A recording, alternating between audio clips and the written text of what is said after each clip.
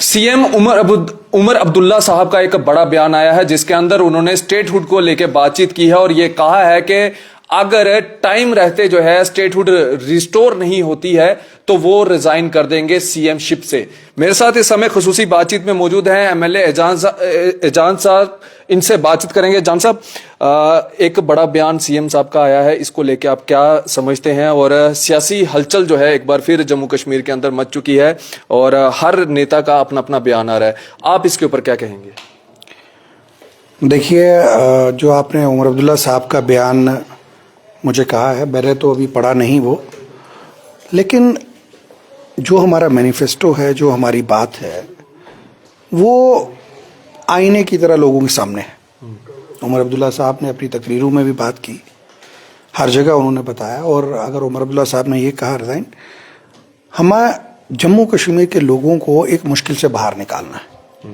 मुश्किल से बाहर निकालने के लिए सबसे पहले हमें वो देखने हैं किस तरीके से हम जम्मू कश्मीर के लोगों को फ़ायदा दे सकें, जम्मू कश्मीर के नौजवानों को ऑब्जॉर्व कर सकें, जम्मू कश्मीर के हमारे जो यूथ है किस तरीके से उनको इंगेज किया जाए नौकरियों में, और जो ऑलरेडी एक सिस्टम है, जो हमारे ऑफिसर्स हैं, एडमिनिस्ट्रेटिव सेटअप है जो 10 साल से धर्म भरम हुआ है, उसको किस तरीके से ठीक किया जाए, और ताकि जम्मू कश्मीर के लोगों को फ़ायदा हो। इस मिशन के साथ नेशनल कॉन्फ्रेंस पार्टी जो है वो हमेशा पीछे लड़ती आई है। और इस इलेक्शन में भी हमारा खाली स्टेटहुड तक मैं नहीं मानता, हमारा जो मौक़िफ़ है जिसके लिए हमने लड़ना है, और लड़ना कोई जंग नहीं लड़नी, पीसफुल तरीके से डेमोक्रेटिक सेटअप के अंदर लोगों को साथ लेके अपनी बात रखनी है। हमारा स्टेटहुड का मुद्दा जो है वो हमारे लोगों के लिए इम्पॉर्टेंट है।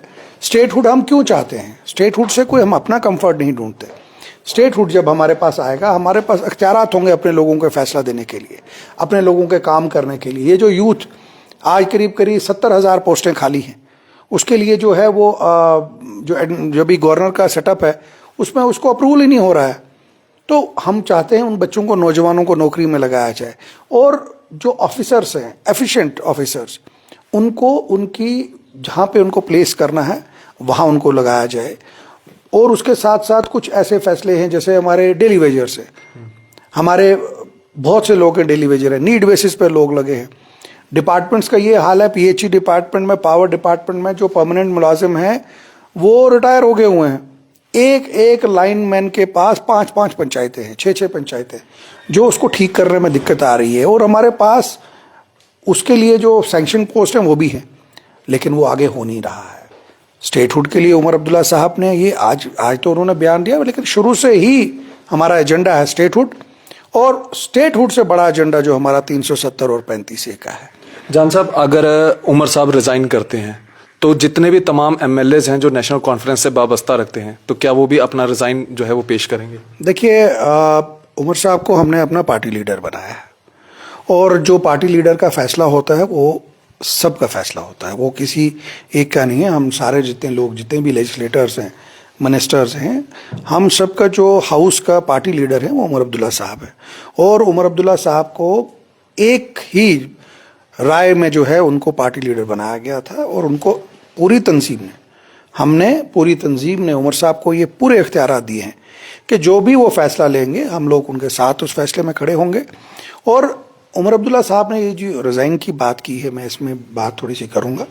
इसमें ये नहीं है कि कल की डेट में उन्होंने रिज़ाइन करना है, ये एक लास्ट ऑप्शन है। जब हमें ये लगेगा कि हम जम्मू कश्मीर के लोगों को जो इंसाफ मिलना चाहिए उसमें अगर नहीं हम कामयाब होते हैं, तो ये लास्ट ऑप्शन हो सकता है कि भाई हम उसके बाद एक प्रोटेस्ट में ये काम करें कि भाई लोगों के जो अख्तियारात हैं, लोगों की जो मर्जी है, लोगों की जो चॉइस है, लोगों के साथ जो ज़्यादती हो रही है, जब हमें ये लगेगा उस ज़्यादती को हम नहीं कर पाए, ये एक लास्ट ऑप्शन है उसके लिए जाने के लिए। लेकिन उस ऑप्शन को यूज़ करने से पहले हम जो डेमोक्रेटिक सेटअप में जो असेंबली हमारे पास है, हाउस हमारे पास है, हमने हाउस से रेजोल्यूशन भेजा है, कैबिनेट ने यहाँ से रेजोल्यूशन दिल्ली में भेजा है, उस रेजोल्यूशन के तहत हमें जो है ये तमाम चीज़ें हमें देखनी है।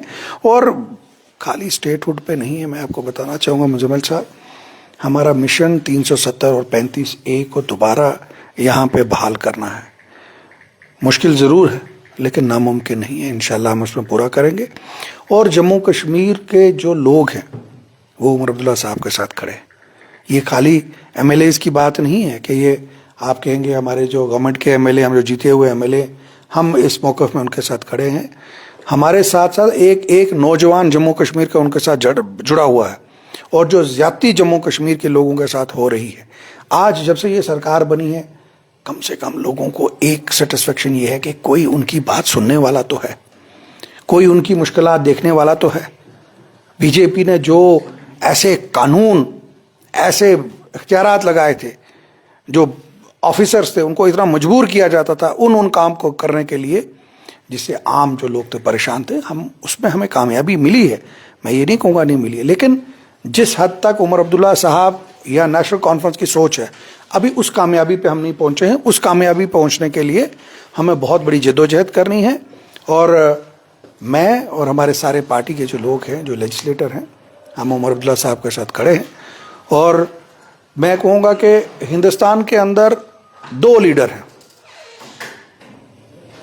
या हमारी ममता दीदी जो हमारी वहाँ की चीफ मिनिस्टर हैं वो, और दूसरे उमर अब्दुल्ला साहब, जिनको अपने लेजिस्लेटर्स ने, अपनी आवाम ने इतनी मेजॉरिटी दी है और इतना कॉन्फिडेंस है कि जो उनका फैसला होगा उस फैसले में हम सब लोग उनके साथ खड़े होंगे। बहुत बहुत शुक्रिया सर बातचीत करने के लिए। तो ये हम एमएलए एजाज जान साहब से बातचीत कर रहे थे। स्टेटहुड को लेके जो स्टेटमेंट आई है उसके ऊपर क्या स्टैंड रहता है नेशनल कॉन्फ्रेंस के एमएलए का, वो साफ तौर के ऊपर वाजिया कर दिया गया है कि जो हमारे पार्टी के अध्यक्ष हैं, जो उनका फैसला रहेगा वही फैसला जो है हमारे लेजिस्लेटर्स का जो है वो फैसला रहेगा। आप अपनी राय इस वीडियो के कमेंट सेक्शन में जरूर रखिएगा। आप इसी तरह से बन रहे द JNF न्यूज के साथ। मुझे दीजिए इजाजत। आदाब, अस्सलाम वालेकुम।